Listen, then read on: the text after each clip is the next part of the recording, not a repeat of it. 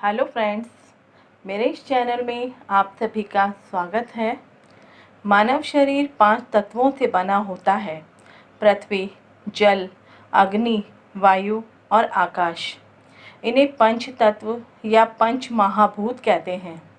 इन पंच तत्वों का संतुलन ही हमारे शरीर को संतुलित रखता है। पांचों तत्वों का संतुलन बनाकर ही अच्छी सेहत को पाया जाता है। यही तत्व शरीर के निर्माण में महत्वपूर्ण भूमिका निभाते हैं। मृत्यु के बाद ये तत्व प्रकृति में विलीन हो जाते हैं।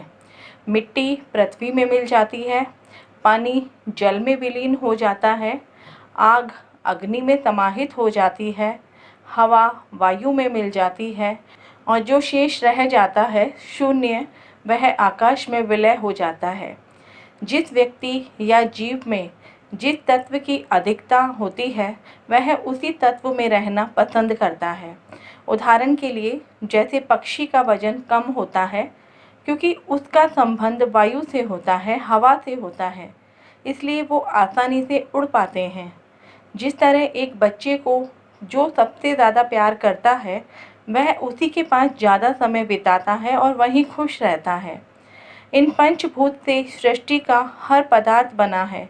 इससे बने पदार्थ निर्जीव होते हैं। सजीव बनने के लिए इनको एक आत्मा चाहिए, एक सोल चाहिए। योग शास्त्र में इसे अन्नमय शरीर कहा जाता है, जिसकी एक वीडियो मैं अपने चैनल पर अपलोड कर चुकी हूँ। अगर आप लोग चाहें तो उसे चैनल पे जाकर के सुन सकते हैं। कुछ उपनिषद मानते हैं कि पंच तत्वों का विकास मन से, मन का प्राण से और प्राण का समाधि से अर्थात पराचेतना से हुआ है। ईश्वर ने अपने अंश से ही पंच तत्व की सहायता से मानव शरीर की रचना की है। हमारे ऋषियों ने, महापुरुषों ने इसे अपने शब्दों में समझाने का भरसक प्रयास किया है। उनके द्वारा भगवान शब्द में आए हर अक्षर का विश्लेषण किया गया है।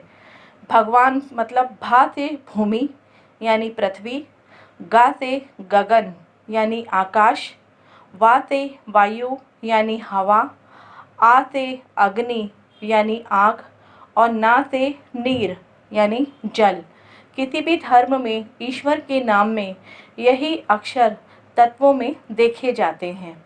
मूल रूप से ये सब मूल तत्व हमारे शरीर में बराबर मात्रा में रहने चाहिए। इनमें एक भी तत्व में अगर थोड़ी सी भी गड़बड़ हो जाती है या थोड़ी सी भी अशुद्धता होने से या त्रुटि होने से या अधिकता होने से दूसरे तत्वों पर इसका प्रभाव पड़ता है, जिसकी वजह से ही हमारे शरीर में अनेक तरह के रोग भी उत्पन्न हो जाते हैं।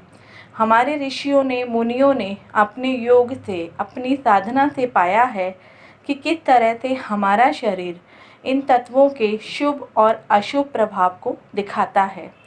पंच तत्व में ज्योतिषीय महत्व भी जुड़ा होता है। जब पंच तत्व का हमारी सृष्टि से, मानव जीवन से, सभी देवी देवताओं से, सभी सजीव और निर्जीव से हो सकता है, तो ज्योतिष में इसका महत्व क्यों नहीं हो सकता। हमारी आत्मा का कारक सूर्य, हमारे मन का, विचार का कारक चंद्रमा और राहु केतु का इसमें कोई रोल नहीं होता, वो अपना प्रभाव नहीं देते। 5 ग्रह ही अपने योग, दशा, अंतर्दशा या अपनी प्रकृति गुण धर्म के अनुसार प्रभाव देते हैं। तो सबसे पहले हम बात करते हैं पृथ्वी तत्व की। इसकी प्रकृति भारी होती है। इसका गुण है वजन। इसका आकार चौकोर होता है, जिसको हम स्क्वायर भी कहते हैं।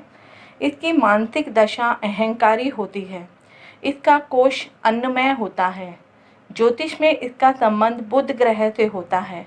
यह तत्व असीम सहनशीलता को शो करता है। इसके शुद्ध होने से इंसान के जीवन में सभी परिपूर्ण होता है और अशुभ होने से इंसान के व्यवहार में, उनके शरीर में अनेक परिवर्तन आते हैं। अगर हम मेडिकल की बात करें या हमारे शरीर में होने वाले हर क्रिया की बात करें तो पृथ्वी का ये तत्व मिट्टी से जुड़ा होता है, जिसे सैंड भी कहते हैं। इस मिट्टी में प्रदूषण रहित कुछ बैक्टीरियाज होते हैं जो हमारे इम्यून सिस्टम को, हमारी मस्तिष्क की कार्य प्रणाली को स्वस्थ रखते हैं। ये आपके मूड पर, आपके मन पर अच्छा प्रभाव भी डालते हैं। हम जितना इससे जुड़े रहेंगे उतना ही प्रकृति के करीब रहने से हमारा मन हमारी आंतरिक और बाहरी ऊर्जा से एक सुखद अनुभूति होगी। पृथ्वी का ये तत्व हमारे शरीर के सभी कठोर अंगों को भी शो करता है, जैसे हमारी हड्डियां हो गईं, हमारे दांत इत्यादि। अब बात करते हैं अग्नि तत्व की। इसकी प्रकृति उष्ण होती है, इसका गुण गर्म होता है, इसका आकार त्रिकोण में होता है, त्रिभुज में होता है, जिसको हम ट्रायंगल भी कहते हैं।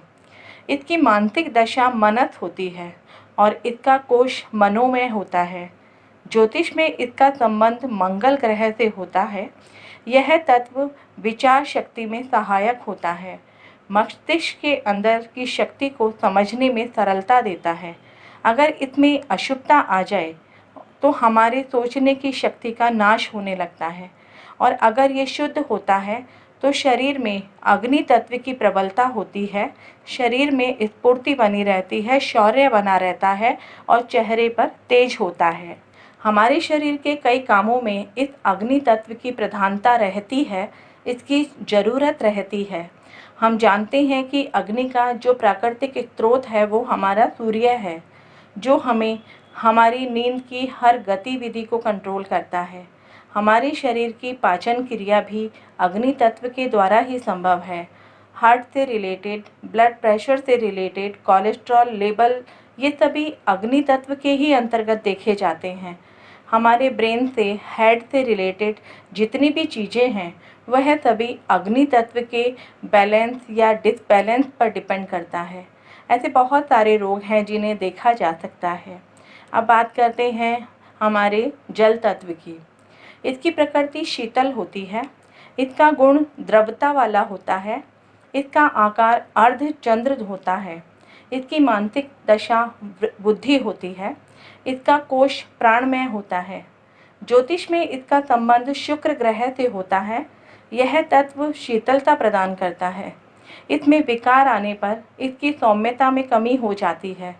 इसके शुभ होने से मनुष्य के स्वाद, खाने पीने की चीज़ों के प्रति या फिर जीवन की सभी सुख सुविधाओं के प्रति लगाव हो जाता है, और अगर ये अशुभ हो जाएं तो इन सभी सुख सुविधाओं का सुख उसे नहीं मिलता। हमारे शरीर में ये तत्व उन अंगों के निर्माण में सहायक होते हैं जो तरल, सॉफ्ट, ठंडे व चिकने होते हैं, जैसे लिम्फ, ब्लड, मांसपेशियाँ, वसा, कफ, पित्त, या फिर बॉडी में जितने भी फ्लूइड होते हैं, या हमारी जीभ, ये सभी हमारे जल तत्व के ही अंतर्गत देखे जाते हैं। हमारे शरीर में 70% पानी होता है, हम सभी इस बात को जानते हैं। शरीर का हर सिस्टम उसी पर डिपेंड होता है। हमारे शरीर के तापमान और क्रियाओं को संतुलित रखने का कार्य जल तत्व ही करता है। हमारे शरीर में बनने वाले जितने भी टॉक्सिन होते हैं उसको शरीर से बाहर निकलने में भी मदद करता है। यहाँ तक कि हम यह भी जानते हैं कि एक निश्चित क्वांटिटी में पानी पीने से हमें कई असाध्य रोगों से छुटकारा भी मिलता है, लेकिन एक लिमिट में। ज़्यादा पानी पीने से भी शरीर उस चीज़ को एक्सेप्ट नहीं करता और कई तरीके की बीमारियां भी होने की संभावनाएं रहती हैं। अब बात करते हैं वायु तत्व की। इसकी प्रकृति अनिश्चित है, इसका गुण गति होता है, इसका आकार षटकोण होता है, इसकी मानसिक दशा चित्त होती है और इसका कोश विज्ञानमय होता है। ज्योतिष में इसका संबंध शनि से होता है। यह तत्व मानसिक और स्मरण शक्ति की क्षमता को शो करता है। अगर ये अशुद्ध हो जाए या अशुभ हो जाए या इसमें किसी भी तरीके की विकृति आ जाए तो आपकी स्मरण शक्ति कमज़ोर हो सकती है।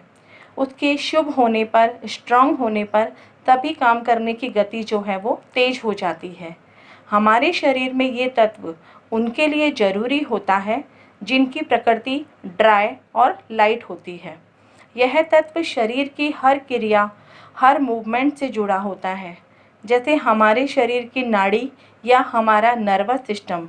हमारा शरीर कोशिकाओं से बना हुआ होता है और हवा के ना होने से या कह लो ऑक्सीजन के ना होने से इन कोशिकाओं को ऊर्जा नहीं मिलती और नष्ट हो जाती है।